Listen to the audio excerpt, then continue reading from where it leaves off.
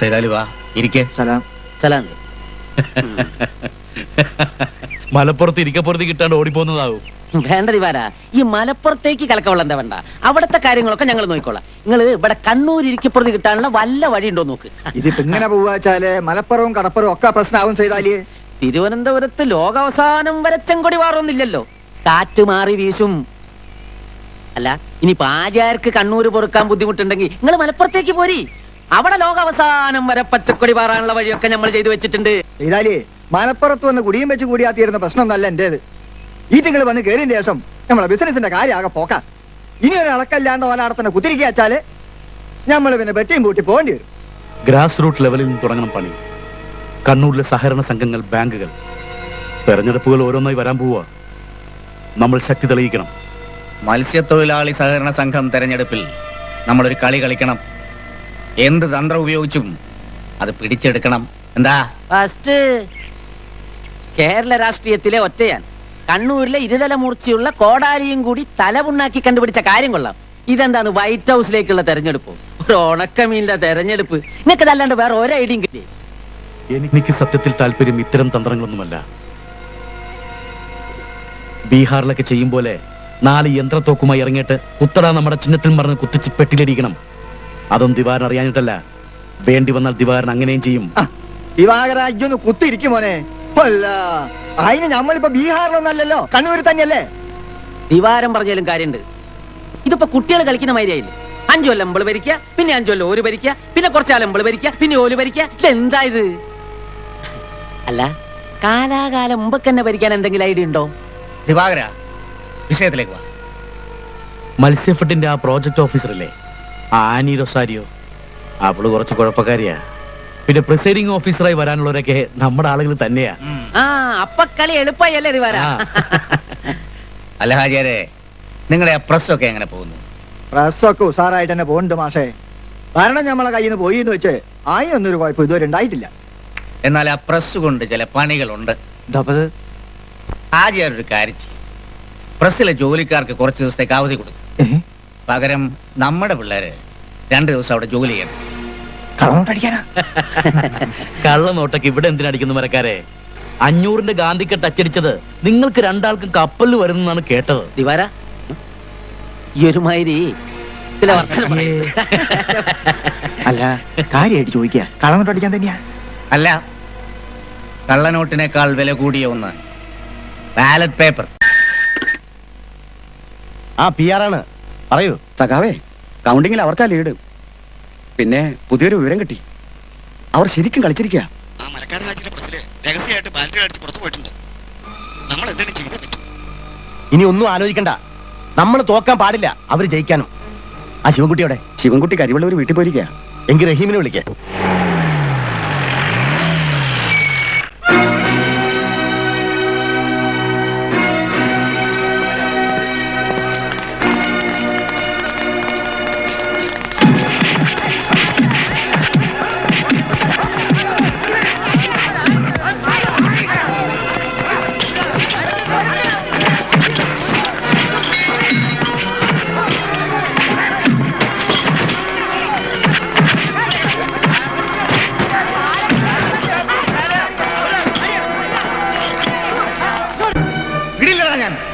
ഒരൊറ്റ സഖാക്കന്മാരെ ഞാൻ വെറുതെ വിടില്ല. രാജപ്പനെ തോപ്പിക്കാൻ ഇവിടെ ഒരു സഖാവും വളർന്നിട്ടില്ല.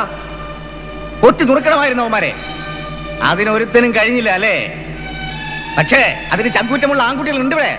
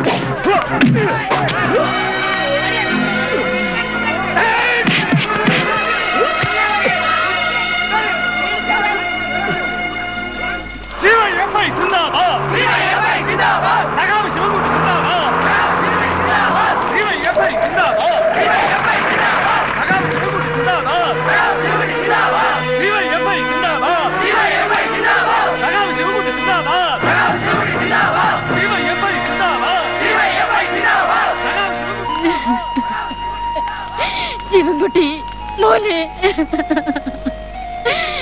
എന്റെ മോൻ പോയ പിന്നെ എനിക്ക് ആരാ മക്കളെ ഉള്ളത്? ഒന്നും വരില്ല, ഒന്നും ഉണ്ടാവില്ല. ഞാനല്ലേ പറയണേ.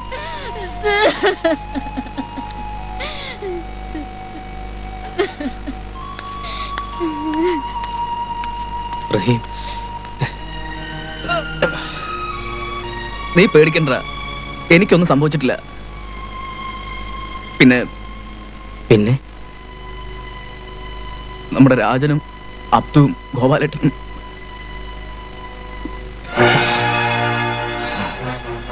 അവരാരൊക്കെ ഉണ്ടായിരുന്നു? ആ ചന്ദ്രനും കൂട്ടരും. ചന്ദ്രൻ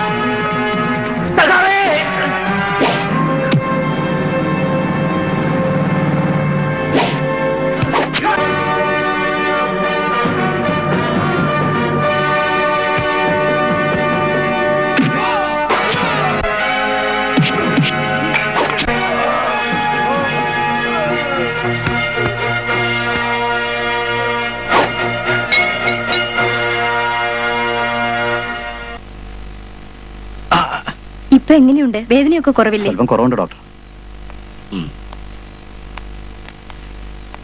നിങ്ങൾ പേടിക്കണ്ട, ധൈര്യമായിരിക്കേ. ഞാനില്ലേ, ഒരുത്തനും വെറുതെ വിടില്ല. നമുക്ക് കണക്ക് തീർക്കാം. എന്നാ പിന്നെ നീ ഇവിടെ വരുമെന്ന് എനിക്കറിയാമായിരുന്നു. ഇതൊരു മുന്നറിയിപ്പ് ദിവാകര. തെമ്മാടിത്തരത്തിന് ഓരോന്നിനും എണ്ണി എണ്ണി ഞങ്ങൾ പകരം ചോദിക്കും. എണ്ണാനും എണ്ണിപ്പിക്കാനും ഒക്കെ ദിവാകരൻ കുറെ പഠിച്ചതാ, അത് നീ മറക്കണ്ട. നാ കേട്ടോ, നിന്റെ എണ്ണങ്ങളെല്ലാം പിഴച്ചു തുടങ്ങാൻ പോകുന്നു. എടോ ദിവാകര, മത്സ്യത്തൊഴിലാളി സഹകരണ സംഘത്തിന്റെ തെരഞ്ഞെടുപ്പിൽ കള്ള ബാലറ്റ് പേപ്പറുകൾ കൊണ്ട് നീയൊക്കെ കളിച്ചുകൊണ്ടാ ഞങ്ങൾക്ക് ബൂത്ത് പിടിച്ചെടുക്കേണ്ടി വന്നത്. ഓരോ നീക്കങ്ങൾക്കും തടയിടും ഞങ്ങൾ. ഇനി അതേ കാലവും നിന്റെ കളി നടക്കില്ല.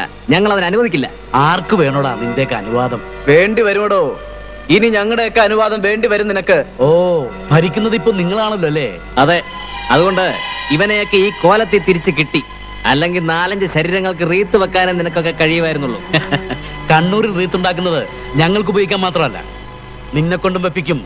വെപ്പിച്ചിട്ടുണ്ട്. ഒരു ദിവസം നിന്റെ നെഞ്ചിലും വെക്കേണ്ടി വരും. അത് കാണാൻ നീ ബാക്കി ഉണ്ടാവില്ലെന്നുള്ള ഉറപ്പ് ഞാൻ തരാം. ദിവാകര, നിന്റെ കയ്യിൽ ഇറക്കുമതി ചെയ്ത വാടക കൊലയാളികളുടെ ബല ഉള്ളത്. എന്റേത് ഈ നാട്ടിലെ ഏറ്റവും വലിയ തൊഴിലാളി ജനങ്ങളുടെ പ്രസ്ഥാനമാണ്. ചത്തും കൊന്നും തന്നെയാണ് ഞങ്ങളത് പടച്ചുണ്ടാക്കിയത്. മറക്കണ്ട.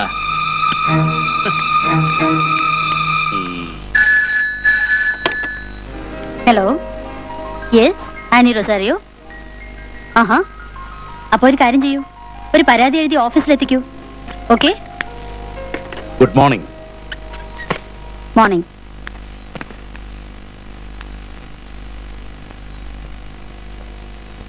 ഞാൻ വന്നത് ആ കോഓപ്പറേറ്റീവ് സൊസൈറ്റിയുടെ പ്രശ്നം സംസാരിക്കാനാണ്. പിന്നെ ഔട്ട് ബോർഡ് എഞ്ചിന്റെ കാര്യത്തിലും ഒരു തീരുമാനം പ്രൊജക്ട് ഓഫീസറുടെ ഭാഗത്തു നിന്നുണ്ടാവണം.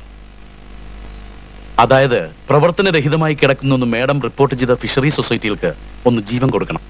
അതിന് നിങ്ങൾക്ക് കഴിയും. ബാക്കിയുള്ള ഫോർമാലിറ്റീസ് ഒക്കെ ചെയർമാൻ വിളിച്ച് പറഞ്ഞിട്ടില്ലേ? MLA സാർ, അങ്ങനെ ചാകര പോലെ പൊട്ടിമുളച്ച് നിങ്ങളുടെ കടലാസ സംഘങ്ങൾക്ക് ജീവൻ നൽകാൻ ഞാൻ ആര്? ദൈവമോ? അതോ നിങ്ങളുടെ ഫോർമാലിറ്റീസിനൊക്കെ നിന്ന് തരുന്ന ഒരു 4-അംഗ ബ്യൂറോക്രാറ്റോ? പറ, ആരെയാണ് നിങ്ങൾ എന്നിൽ നിന്ന് പ്രതീക്ഷിക്കുന്നത്? മാഡം നന്നായി സംസാരിക്കുന്നു. ഇല്ല മിസ്റ്റർ,